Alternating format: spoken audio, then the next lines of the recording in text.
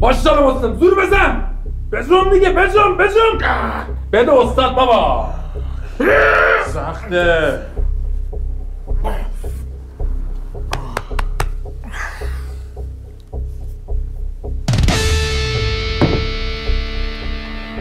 دیگه باز نشد. دیگه شما مردان آهنگ نتونستی واکنیم میخوام من بتونم واکنم. برو پیکانت بابا برو اینا بدون خیال برو نخواست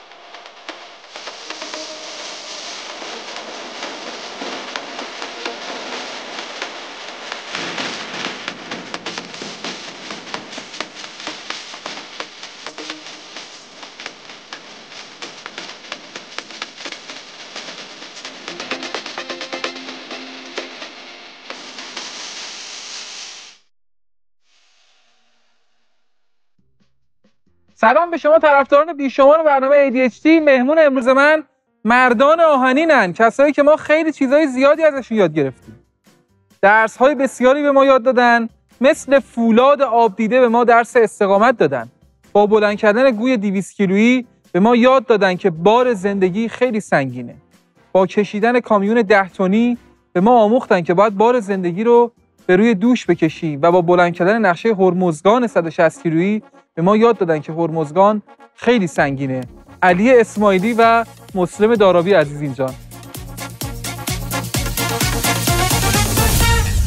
ما مردان آهنین هستیم. همه فکر میکنم ما با مکمل هیکلمون اینجوری شده. نه خیر، ما مادرزادی همینجوری هستیم. بله.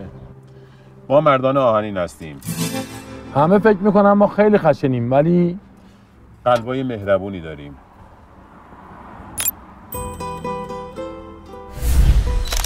ما مردان آهنین هستیم. بعضی از دوستان موقعی که فقط کار دارن با ما تماس بگیرن.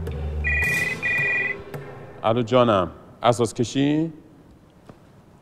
عزیزم من رگ پام گرفته، نمیتونم قربونت برم. خداحافظ.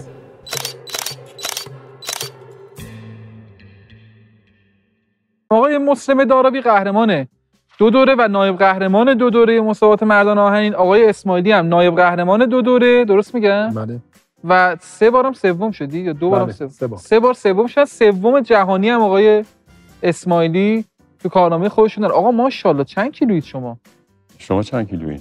من 100 و مثلا خورده. 100 خورده. ما هم 45 کیلو. 145 کیلو. 100 نمیگیم. نه واقعا 145 کیلو. 145 کیلو. شما؟ من الان 130 و تقریبا 45. خب من دیگه با شما فاصله ندارم. خیلی راحت میتونم. شما ماشاءالله خودت اگه یه سال با ما بیای تمرین کنی حتما جزء قوی ترین. یه پای مردان آهنین هستی. من میتونم واقعا از همین الان شروع کنم مردان آهنین بشم؟ هر کسی میتونه، اصلا نه شما، نه هر کسی. منم میتونم. چرا من میگم هر کسی میتونه. خب من بتونم واقعا، یعنی هر کسی میتونه. من آخرین نفرم. اگه شروع کنی حتما میتونی. برای مرد آهنین شدن باید چیکار کرد؟ یعنی قدم‌های اولش چیه؟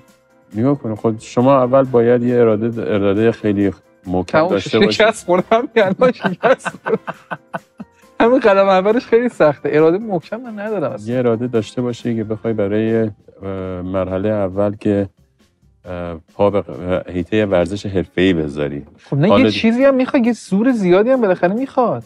نمیخواد؟ لطف کن به همون موزیگری بپرداز. بذار قوی‌ترین مردم رو خود بچه‌ی مردانی اداره کنه. آفرین، حرف قشنگی بود از این بابت. حقیقتا ترسیدن ها. ببین رقیب نمیخوام. قشنگ مشخصا ترس تو چهره آقای اسماعیلی شما میتونید ببینید. ولی شما اوایل که اومدی زیاد قوی نبودی. بعد هر چی رفتیم جلوتر هی به قهرمانی نزدیکتر شدی تا قهرمان شدی. انگار یاد گرفتی قدم به قدم. بله دقیقاً دوره اول که مسابقات سال 86 بود فکر کنم آقای اسماعیلی. تو دوره نیمه نهایی حذف شدم. البته حذف شدنش اون سال بنا به دلایلی بود که دو تا از دوستان کم لطفی کردن در حق آقای دارابی، مگر همون سال هم آقای دارابی جزو فینالیستای اون مسابقات. دو تا از دوستان منظورتون آقای خودنگاه و آقای جاوید؟ نه. دو تا از دوستان ورزشکار بودن که آقای قرایی بود، آقای امیر قرایی بود با آقای عبادی اومدن تبانی کردن و منو حذف کردن. آقای عبادی اومد تو اتاق من و برگشت گفت یه جوری کمک من کن دیگه. من کمکی نمیتونستم به جز این بکنم که خودم آیتمو نزنم. اونجا آیتمو نزدم، بعد نگو با آقای قرایی هم همین حرفو زده و تبانی کردن دوتایی و منو. البته ما این حقو برای آقای عبادی و آقای قرایی هم قائلیم که بیان روی خط. البته خب برنامه زنده نیست، بیان روی خط هم در واقع این حقو قائل نیستیم، چون نمیتونم بیان هیچ نشد. آقای اسماعیلی، به نظر شما قوی ترین مرد آهنین کی بود در همه دوره‌ها اگر بخوایم لحاظ کنیم؟ به نظر من رضا قرایی کامل ترین قوی ترین مرد ایران بود که هیچ گونه باختی توی کارنامه ورزشیش توی ایران نداره. خیلی هم سریع بود. آره، رضا هم سرعت خوبی داشت، هم قدرت خوبی داشت، هم استقامت خوبی داشت. فرزاد موسیقانی از نظر قدرت از همه قوی تر بود، ولی سرعت کافی رو نداشت. شما ورزشتون تموم شده؟ نه، من و مسلم دارابی امسال با قدرت در مسابقه قوی ترین مردان شرکت میکنیم و از همین الان اعلام میکنیم که هر کس که مدعی مسابقات قهرمانی تشریف بیاره در مسابقات قهرمانی کشوری و بعدش انشالله در مردان آهنین رو در رو با هم دیگه مسابقه بدیم. شما چند سالتونه؟ 43. شما؟ منم 43. تو 43 سالگی میخواید تو قوی ترین مردان شرکت کنید؟ از نظر قدرتی و انگیزه من 18 سالمه. شما 18 دوره فقط تو مسابقات شرکت کردید. 18 سالمه. حتی من شوخی کردم و بعد ببینیم بدنمو میکشه یا نمیکشه. بعد چون من دیگه واقعا یه جوری نزدیک 13-14 سال از آخرین مسابقات تلویزیونی که ما داشتیم گذشته. من یه لحظه باشه، شما داشتی صحبت می‌کردی، دست شما خیلی بزرگه.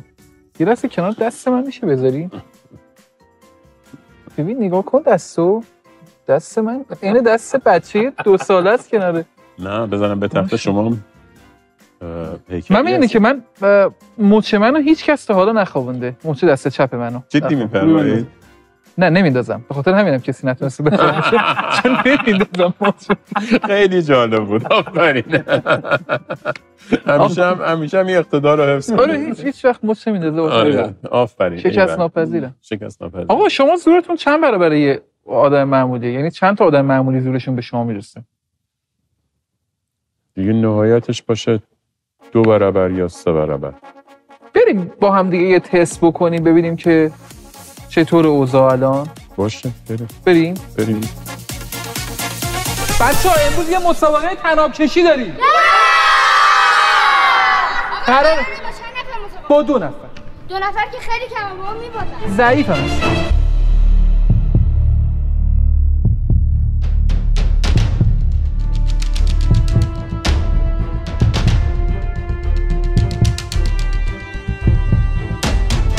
بله این آیتم بسیار سخت و پیچیده است که مردان آهنین قراره که با بچه‌ها طناب کشی کنن. بعد ببینیم که چند تا بچه میتونن در مقابل مردان آهنین مقاومت کنن. علی جان به نظر شما چند تا بچه میتونن شما رو ببرن؟ روحیه بدیم به بچه‌ها خیلی بهتره تا اینکه بخوایم ببریمشون. ولی خب حالا زورمون نه ما می‌خوایم ببریمشون. خب حالا ما زورمون رو میزنیم که روحیه بدیم اونا هم زور بزنن بلکه ما رو ببرن. اصولا با آدمای بزرگ که مثلا مچندازی می‌کنی هم چیزی چند نفر کافی برای اینکه رو شکست بدن؟ برای آدم معمولی مثلا من چند تا من نیاز داریم؟ 2 نفر. 2 تا من تو رو میبره. خب دیگه یه بچه‌م که منو میبره، پس 2 تا بچه شما رو میبره. کی حاضره بچه‌ها رقابت کنه با بیا عمو بیا باریکلا. رقیب تو بشناس علی آقا. خیلی عالی. روحیه جوانمردی. بعد رقابت حساس یک کودک مهدیای عزیز در مقابل 2 مرد آهنین ببینیم که نتیجه چی میشه. برای من که غیر قابل پیش بینیه. بریم 1 2 3. بیا فادی. علی افتاد. 10 تا بچه بیاد. 9 تا داوطلب دیگه میخوایم. با صدای سوت من بچه‌ها قوانین رو رعایت کنید.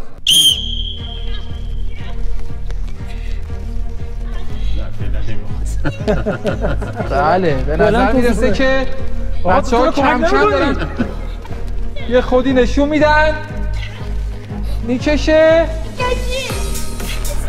داره میکشه که یا چرا ضعیف شد باید نمیکشه که این بله تمام هست خب بریم سراغ 20 تا بچه در مقابل 2 مرد آهنین با صدای سوت من بچه‌ها. بریم 3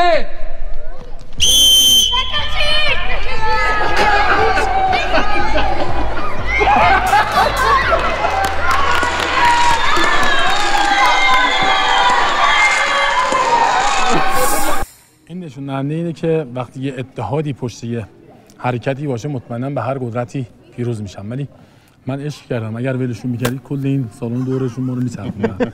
همشون گرد. حالا ما همونطور که میبینید بچه اضافه آوردیم چون ما تا 50 نفر آماده بودیم. بچه‌ها خواهش کنم همه بیاید. آقا ول کن دیگه. والله چی میخواد بچه‌ها بزنیدشون. بیاید بچه‌ها بیاید. یه دست برای خودتون.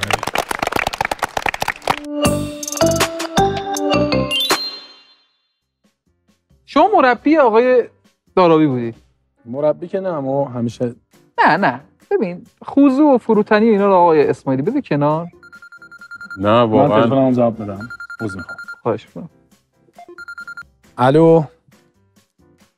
سلام مادر جان، خوبی؟ سلامتی؟ خسته نباشی. جانم مادر. جواب مادر آدم همیشه باید بده. توی ضبط برنامه هم مادر جان.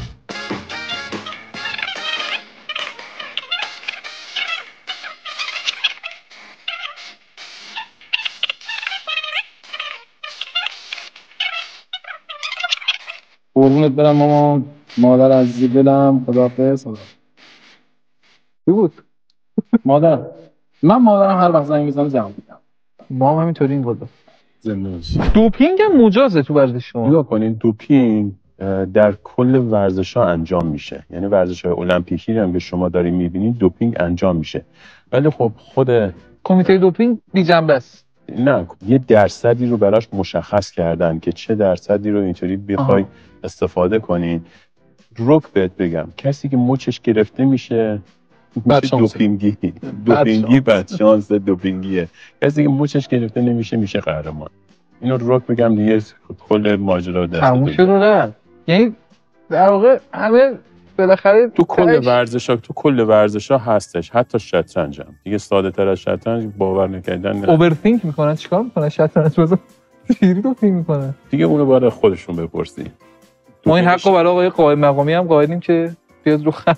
دوپینگ شطرنجی از قرصایی که دراگ مثلا ممکنه بزنن. دیگه نمیدونم والا اسمشون شما بهتر میدونید. من شما بهتر آقا گفتی الان این دراگی گفتی امیر جان ریتالین مثلا آره مثل ریتالین. دوپینگ یک معقوله بسیار پیچیده‌ایه. از همینجا اعلام میکنم دوستانی که تازه ورزش رو شروع کردید به هیچ عنوان سمت دوپینگ نرید. به هیچ عنوان سمت استروئیدهای خطرناک نرید. چه اتفاقی میفته مثلا استروئید بزنید؟ یه شایعاتی هست که همه میدونن و اینا اونا کبد درگیر میشه، کلیه درگیر میشه، بحث فرزندآوری درگیر میشه، بحث اعصاب و روان درگیر میشه. شما زدی استروئید؟ بفور. نه ما همون گفتم دوپینگ معقوله پیچیده‌ای داره که باید زیر نظر بود. اینجا جاش نیستش که بخوایم خلاصه مثلا بگیم مثلا خودش یه انجام بده یه ورزشکاری که تو سطح ملی و جهانی داره مسابقه می‌کنه. آقا یه سوالی کاری هست که مثلا حالا شما چون جثتون هم بزرگی و اینا آدما انتظار ندارن شما انجام بدید ولی انجام میدید؟ آره. چی مثلا؟ رقصیدم. میرقصی؟ ما آره چرا نرقصم. خوب میرقصی؟ تو باشگاه بعضی وقتا مثلا باشگاه خلوت کسی نیست دو سه تا از بچه‌ها هم قوی ترین مردیم ولی میگید میزنیم و میرقصیم. فیلمش هم دارم موقع بهت نشون میدم. میدید با پخش کنی؟ ماجو میدم پخش کنم. چش کن داره. من ببخشید یه آدم بزرگ یه آدم قوی هیکل آیا نباید اون لطافتشو داشته باشه؟ آیا نباید اون احساساتشو داشته باشه؟ چه ایرادی داره؟ باید حتما از نظر من باید داشته باشه. شما میرقصی؟ من آره منم میرقصم. بزن قدش. خیلی مخلص. تموم شده رفت. من فقط بد میرقصم خیلی. شما کجا میرقصی؟ من که رقص بلد نیستم حتی قشنگ معلومه ها. یعنی داد میزنه از دور که از اینایی که تو عروسی میان سراغت. بهترین کردی به رقص ایران فکر کنم ما هم رقصیدیم کردیا تو عروسی یکی از دوستامون. شما ترک نیستی؟ من ترکم ولی به پیروی از مسلم داروی رقصیدم، کردی رقصیدم. واقعا نمیشه اصلا من پاهاشو بگیرم. کردی رقص کردی اصلا تو ذات خود کرداست. نه کردی بیا ترکی برقص، خب بعد کردی برقصی دیگه. نه من الان رقص آذری بلدم. خب والا نه چه جوریه؟ این توقع داره مثلا چون کرد یا بندری هم بلد باشه. کردی رو حالا چون خودمون لوریم ما یه کاری کردیم خودمون داریم استفاده میکنیم، یعنی یه ذره تعدیلش کردیم چون برای ما یه سنگین بود، همون رو داریم استفاده میکنیم راضیم. ترکی هم یه حرکت دستی داره که ترکی ترکیبی از رقص و ورزش به نظر من مثلا پا و دست. رقص ترکی سنگین‌تره یا آیتم گویی؟ باور کن. آقا موزیک شما چی گوش میدید گفتی؟ من علیرضا افتخاری رو دوست دارم و عاشق آهنگ‌های لری هم هست. خب باشه. حالا من یه بار دیگه میپرسم، شما بگو فرشاد فخار. فرشاد فخار. من بپرسم بعد بگو فرشاد فخار. شما بگو آقای فخار کارشون عالیه. چه فخار میاد. فخار خواننده برنامه ما. اینجا. آره. آقای دارابی عزیز، آقای اسماعیلی، شما خواننده مورد علاقتون کیه؟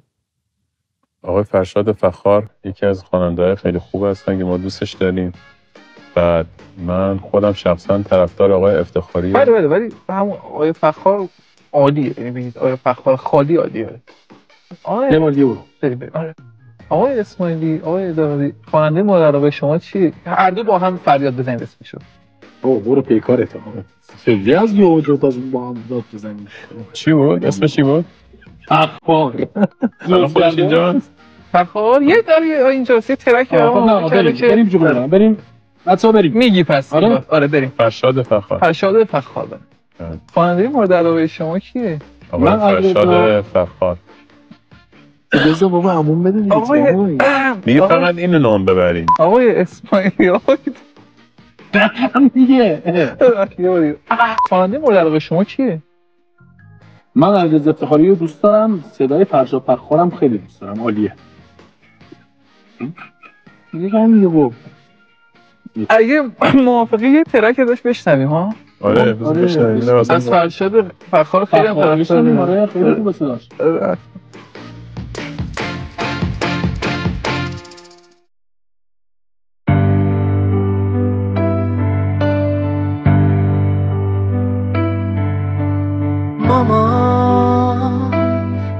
یه چیز بگم ساختم تلفن منو مجبورم نکن مامان آخه چی بگم به عمو سیامک عمو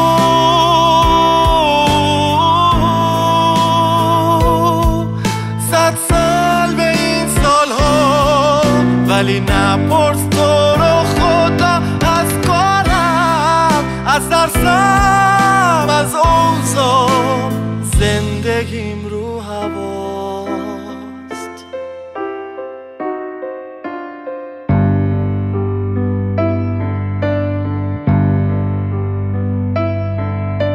همون مثل بچه هات من نابغه نیستم، من اصلا آخر لیستم. آخه یکی اومد ارث ما رو خورد با پولش بچه‌شو فرستاد استنفورد.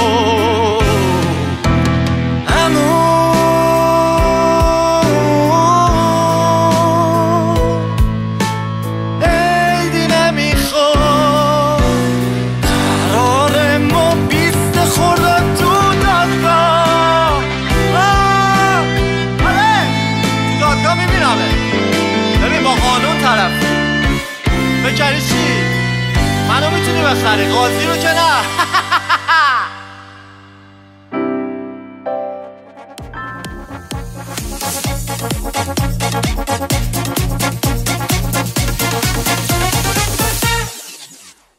واقعیت دوستان اینه که با پول و با اسپانسر و اینا که همه میتونن برنامه بسازن. هنر رو اون کسی میکنه که بدون اسپانسر برنامه میسازه، مثل ما که توی این برنامه اسپانسر نداریم و با هزینه شخصی این برنامه رو ساختیم. من از این بابت واقعا از همه همکارانم ممنونم و دست همشون رو میبوسم. آقای اسماعیلی، آقای دارابی، یه جعبه‌ای روی میزه که متعلق به برند اسنپ فوده. باهاش آشنایی دارید حتما؟ بله. اسنپ فود خدمات متنوعی ارائه میده توی اپلیکیشن خودش که شما میتونید از سرویس‌های مختلف استفاده کنید. یه محصولی توی این جعبه است که مربوط به یکی از سرویس‌های اسنپ فوده. شما اگر سرویس یا خدمت رو درست حدس بزنید، یه هدیه 13 میلیون تومانی از طرف اسنپ فود به شما تقدیم میشه. اگر آیتمش هم درست حدس بزنید که چی اون توه، این هدیه تبدیل میشه به 26 میلیون تومان. خدماتی هم که ارائه میدن غذا، لبنیات، گوشت و مثلا آجیل، عطاری، گل و گیاه و غیره است. از بین اینا انتخاب کنید که کدوم حدس شماست. من فکر کنم حبوباتش اصلا نداره چنین چیزی. نداره؟ اصلا حبوبات از لبنیات حدس نهایی شماست. بله. شما چطور آقای دارابی؟ حدسم اینه که آجیلی نباشه. باز کنیم ببینیم. ببینیم شما درست گفتی آقای اسماعیل. بفرمایید. یا شانس یا اقبال. بعد مربوط به عطاریه از سرویس‌های جفت هم اشتباه گفتیم. هر دو اشتباه گفتیم. باید 13 تومان بدید به اسنپ فود. بله چشم. صحبت خوبی بود. من دمشون گرم.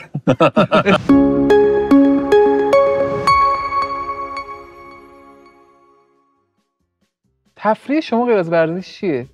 خب در برای اول بادم با کسانی که به هر حال دوست داره وقت میگذرونه به غیر از ورزش و کار، ولی من هیچ وقت پنهان نکردم و پنهانم نمی‌کنم. 22 سال من قلیون میکشم. هنوزم میکشم. هیچ خلالی هم توی تو قلیون میکشی؟ من آره. من نمیکشم ولی بزن. من میکشم. البته خلافم همین قلیونه. هیچ خلاف دیگه ندارم.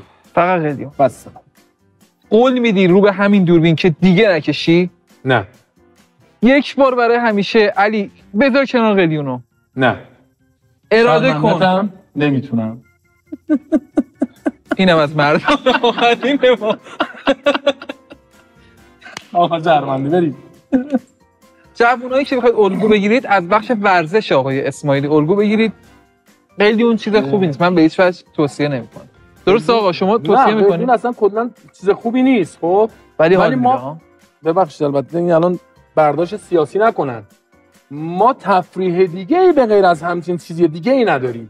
چه تفریحی کنیم ما؟ بذار برداشت سیاسی کنن. خب ما کجا بریم؟ مثلا کجا بریم؟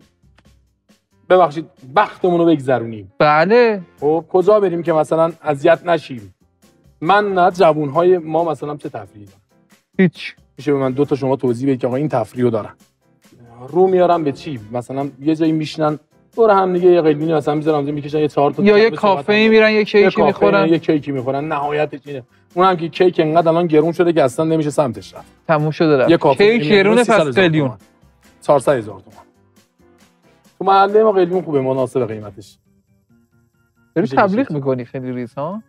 نه تبلیغ نمیکنم. ببین ببین ما قراره ببین خودمون باشیم. قرار نیست من رول بازی کنم. نیاز نیست من رول بازی. من همینی هم که هستم. علی اسماعیلی ام. یک ورزشکار قلیونی. نه یک ورزشکاری که حقیقت رو داره میگه. ولی تفریح و غیر از اون ندارم. چیکار کنم من؟ شما بگو آقا من چیکار کنم؟ آقا مسئولین.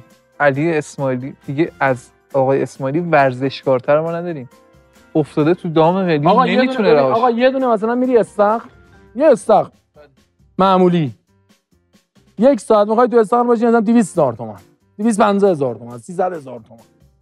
این جوونه ما از کجا بیاریم بده؟ مثلا هفته یه بار 2 بار بره استخر. متاسفم برای همتون که ورزشکار ما هم تفریح شده قلیون.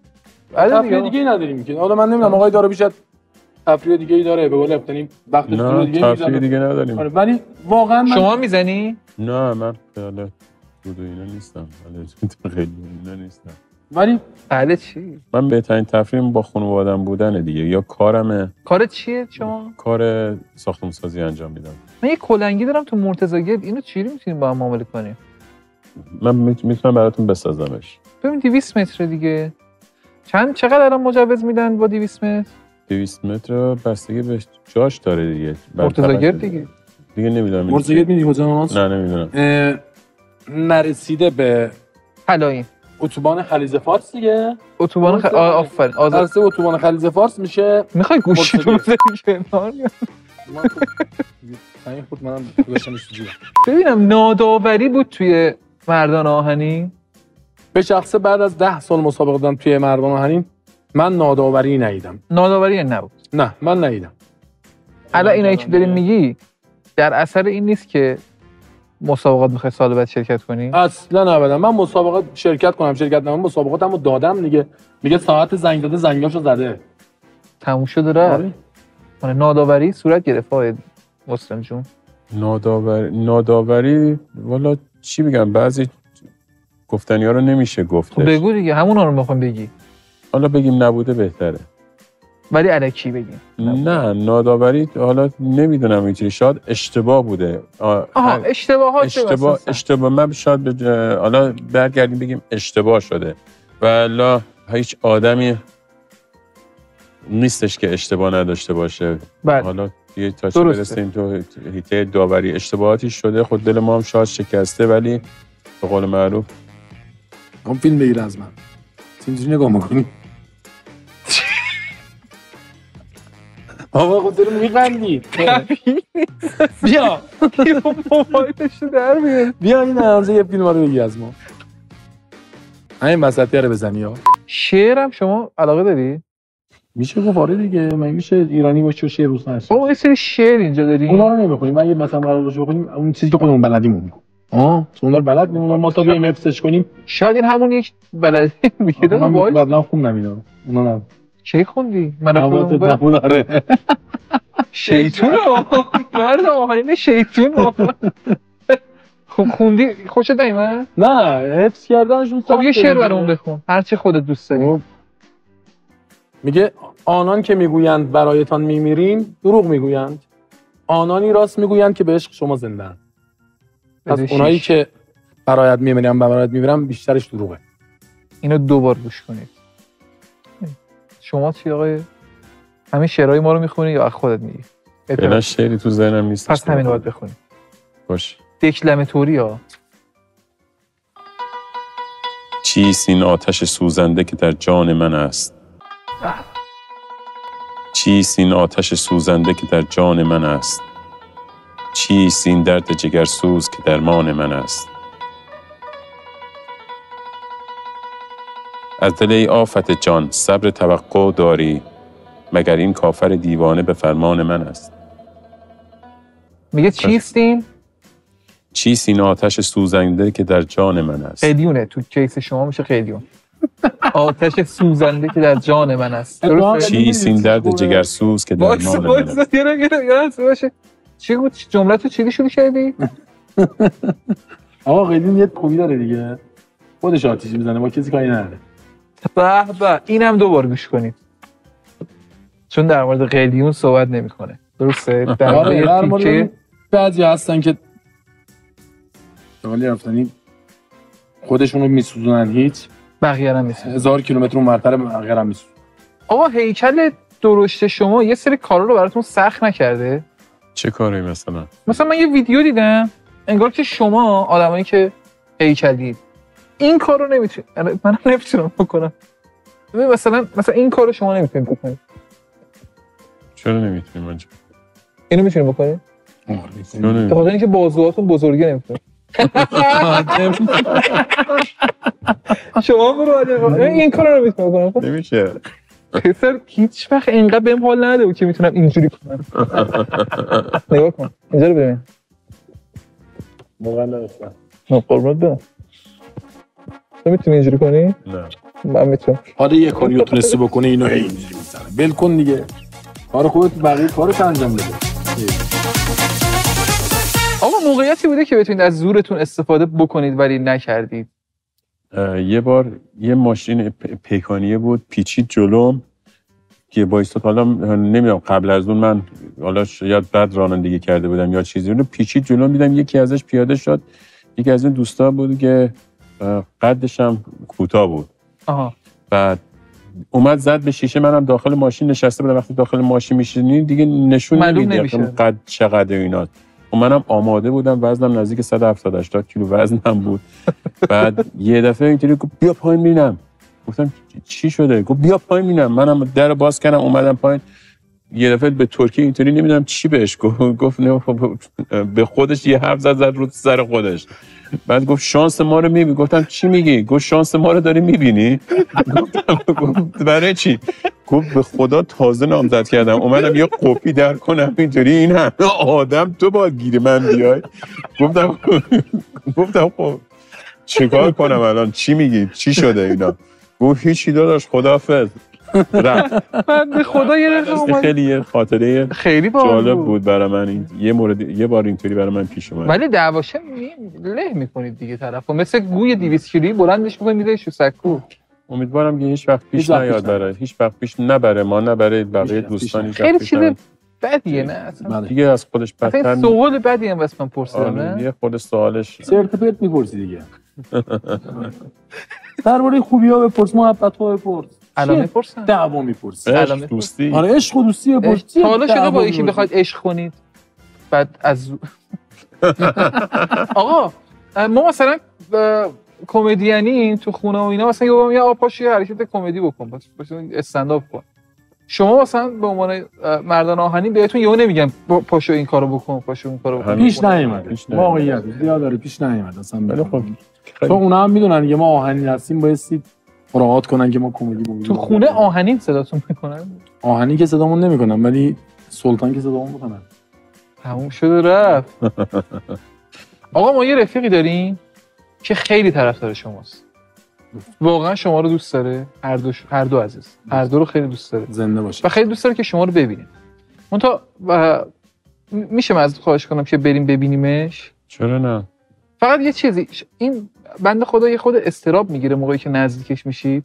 شما از دور وایسید که مثلا از دور برای شما یه دستی تکون بده کافیه. باش. اگر دلش شاد میشه با این کار آره حتما. چرا که نه؟ آره یه مشکل نه.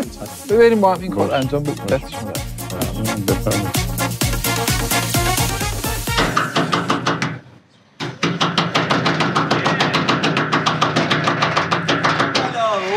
سلام داداش. نه بیا اینجا نه مرغا میرفتن بیرون. چطوری داداش این پول ما نمیخوای بدی؟ ندارم که الان 6 ماه شده دیگه ندارم. ندارم فدات جان. بعضی که ما رو میبینیم. کی میخوای بدی؟ خب میدم. کار میکنم. اجامت کردی؟ بادکشه. پول ما رو نمیدی بری بادکش میدی. اونجا رو پیدا رو. اینجا دست تکون بده. این دست تکون بده. آفرین. وانمود کن طرفدارشونی. آفرین. حالا وانمود کن که طرفدارشونی ولی اگر نزدیک ببینیشون زیاد احساسی میشی و اینا داستان میشه. آفرین باریکلا. آها اینا ببین فقط بخشی از مردان آهنینه که من باشون رفیقم. پول ما رو میدی یا نمیدی؟ چرا نمیای پول تو بگیری؟ همین الان بذار. الان دارم میذارم. همین الان برو گوشت بیار. فرزانه گوشیمو بده. باریکلا. حفظی که شبامو که حفظی. آی آر 580. آفرین. دمت چرا نمیای تو؟ چرا نمیان تو؟ ما باید بریم چند تا جای دیگه هم سر بزنیم. مراقبت. فرزانه آبغن بده فرزانه.